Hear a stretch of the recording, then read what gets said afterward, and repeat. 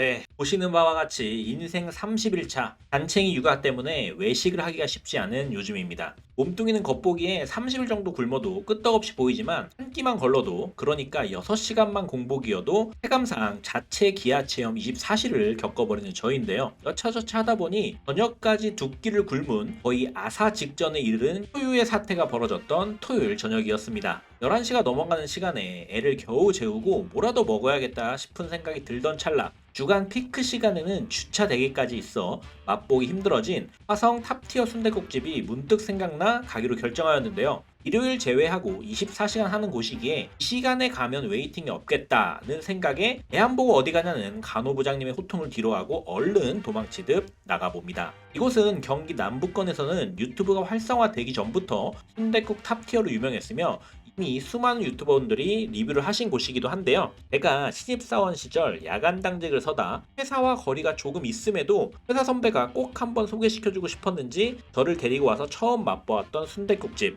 화성 순댓국 탑티어 최미삼 순댓국입니다. 와, 이때 시간이 11시 한 4, 50분쯤 되었는데 가게 안에 손님이 바글바글 하더라고요. 제가 7년 전 처음 왔을 때도 가정쯤이 되던 시간에 왔었는데 그땐 이 정도는 아니었는데요. 최근 들어 사람이 더 많아져서 몇 해 전부터 분점도 내고 있고 오늘 같은 주말 저녁에는 새벽에도 웨이팅이 생겼다고 합니다. 다행히 제가 도착했을 때는 웨이팅까지는 없었는데요. 겨우겨우 자리를 잡았고요. 한동안 이곳을 찾지 않은 게 웨이팅도 이유가 있지만 사실 자주 왔었다 보니 이곳의 가격 변천사를 알고 있고 고물가 시대에 당면하며 처음으로 순댓국이 10,000원을 돌파한 경험을 한 곳이 이곳이기도 하였는데요. 대학 시절 5,000원에 먹던 순댓국이 2배로 뛴 충격이었는지 서운함에 한동안 찾지 않았었지만 세월이 지나며 물가에 어느 정도 순응을 하고 그 맛을 잊지 못해 오늘 홀린 듯이 다시 찾게 되었습니다. 키오스크로 순댓국과 모듬 순대를 주문하였는데요. 보통은 순댓국집에 가면 수육을 시키는데 이 집은 순대가 정말 맛있거든요. 안뽕 순대까지 있는데 요건 난이도가 조금 있으니까요. 오늘은 모듬 순대를 소개시켜드리고자 합니다. 기본적인 밑반찬은 서빙을 해주시고 김치는 셀프 코너에서 직접 떠오면 되고요. 와, 지난번 광명 순댓국집에 갔을 때 알게 된 오징어 젓갈의 위력. 최미산 순댓국도 오징어 젓갈이 있는데요. 역시 잘 되는 집들은 뭔가 그 기가 막힌 조합을 이미 알고 있는 것 같습니다. 게다가 제가 좋아하는 생양파까지 뼈 그 자체입니다. 지난번 순댓국 영상에서 반찬을 너무 많이 가져왔다는 댓글이 많아서 오늘은 적당히 퍼가기 위해 몇 번을 망설였는데요. 지난번엔 솔직히 욕심을 낸 게 사실이고 남긴 반찬은 정말로 전부 포장해 갔었습니다. 생양파는 진짜 많이 먹어서 오늘도 2번 펐고요. 드디어 순댓국이 나왔습니다. 와, 오랜만인데요. 비주얼은 그대로네요. 일반 찰순대와 야채순대가 들어가 있었고 고기에 곱창류까지 듬뿍 들어가 있습니다. 다만 가격에 비해서는 건더기 양이 조금은 서운하긴 하였는데요. 사실 지난번 광명순댓국이나 대전 천리집 같은 건더기 넘사벽 집들의 제뉴이 높아져 있는 거지 최미삼 순댓국 양도 평균 이상인 것은 분명합니다. 국물부터 한 입 먹어봤는데요. 뽀얀 사골국물 비주얼임에도 깔끔한 맛이 인상적입니다. 무겁지 않고 깔끔한 맛에 쿰쿰한 스타일은 아니었는데요. 다만 기름기가 살짝은 있었고 다 먹고 나면 입속에 살짝 기름기가 맴도는 정도의 느낌이라고 말씀드릴 수 있을 것 같습니다. 다음은 고기를 먹어보았는데요. 고기는 밥과 함께 먹기 좋은 상대적으로 얇게 썰려 있었습니다. 고기만 건져 먹기에는 살짝 아쉽지만 이 정도 두께와 크기는 밥을 말아서 먹기에 딱 좋은 사이즈였던 것 같아요. 고기 냄새는 거의 없었는데요. 반면에 아무래도 내장은 아무 냄새가 없었다고 하는 건 과장이고 내장 특유의 향이 살짝 있긴 합니다.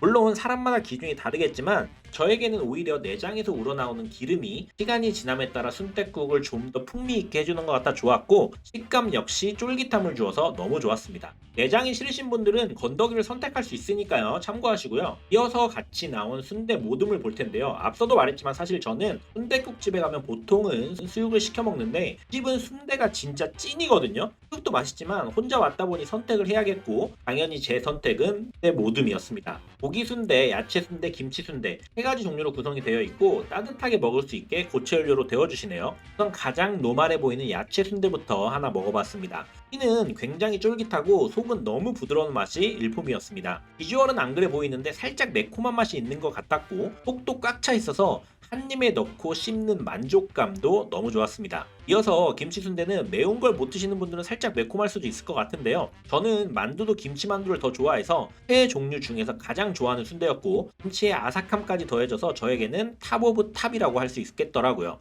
고기 순대는 딱 순대 기본을 보여주면서 같이 나온 소금과 초고추장, 어디와도 잘 어울리는 궁합을 보여줬는데요. 사실 저는 충청도 출신이라 무조건 소금파였고 쌈장도 이해가 안 갔지만 순대를 왜 초고추장에 찍어 먹는 건지 이건 밥상머리의 법도가 무너진 것이다 라고 생각을 해왔는데요. 집 순대를 접하면서 대한민국의 모든 식문화는 이유가 있구나 라는 생각을 하게 되었습니다. 요 고기 순대는 초고추장에 찍어 먹는 것도 너무 맛있더라고요. 순대부터 다 먹으면 순댓국을 못 먹으니까 아쉬움을 뒤로하고 다시 순댓국으로 돌아갔는데요. 건더기를 어느 정도 즐겨주고 밥을 투하시켜줍니다. 채미삼 순댓국은 건더기만 골라 먹는 것보다는 밥을 말았을 때 진가가 나오는 스타일입니다. 밥에서 우러나오는 녹말로 인해 국물은 한층 두툼해지고요. 건더기들도 사실 각각 따로 먹기보다는 밥과 함께 먹었을 때가 더 잘 어울리는 스타일이더라고요. 밥을 절반만 말아서 한 술 떠먹어 보았는데요.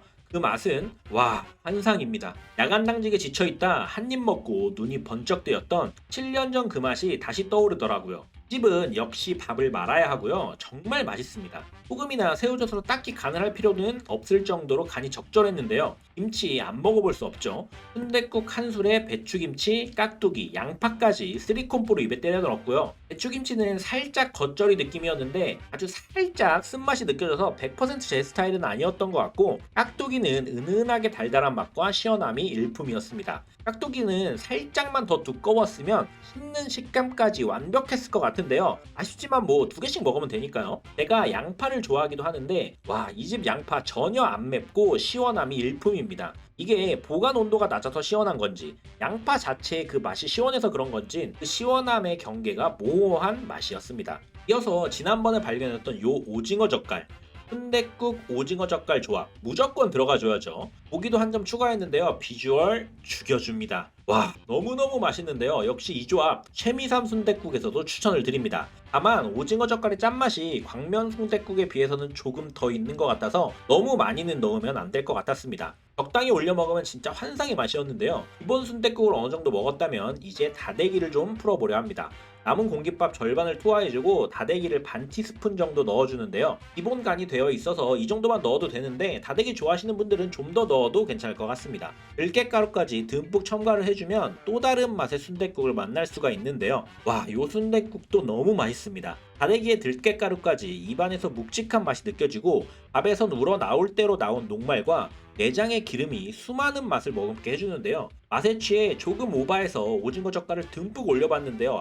요건 좀 짜더라고요. 젓갈은 조금씩만 넣으시고요. 음식에 취해서 몰랐는데 잠깐 고개를 들어보니 아까보다 더 많은 사람들이 오기 시작했습니다. 자정이 넘었는데 아까는 없던 웨이팅도 생긴 것 같더라고요. 와 진짜 새벽에 웨이팅이라니 난생 처음 보는 광경인데요. 줄 안 서실 분들은 피크타임은 피하시고 새벽도 주말에는 웨이팅이 있으니까요. 평일 새벽에 오셔야 그나마 웨이팅이 없다고 합니다. 중간중간 손이 가는 순대는 여전히 맛있고요. 입안 가득 차게 들어오는 맛과 식감이 넘사벽입니다. 소금파도 전향하게 만드는 고기 순대의 맛, 초고추장에 찍어 먹는 고기 순대도 참 매력적입니다. 어느덧 바닥을 보이는 순댓국인데요. 배는 불러오고 국물만 떠먹어도 배부를 정도의 묵직한 맛의 국물이지만 자꾸만 입에 털어넣게 되는 순댓국의 맛에 완뚝을 할 수밖에 없었는데요. 반찬도 기본 반찬으로 서빙된 고추를 제외하고는 전부 싹쓸이를 해버렸습니다. 순댓국 한 그릇에 순대모듬까지 2개 메뉴를 시켰지만 맛은 4-5가지를 느낄 수 있었던 한밤의 만찬이었던 것 같습니다. 상당한 양의 배가 터질 것 같아 순대모듬은 포장을 했고요.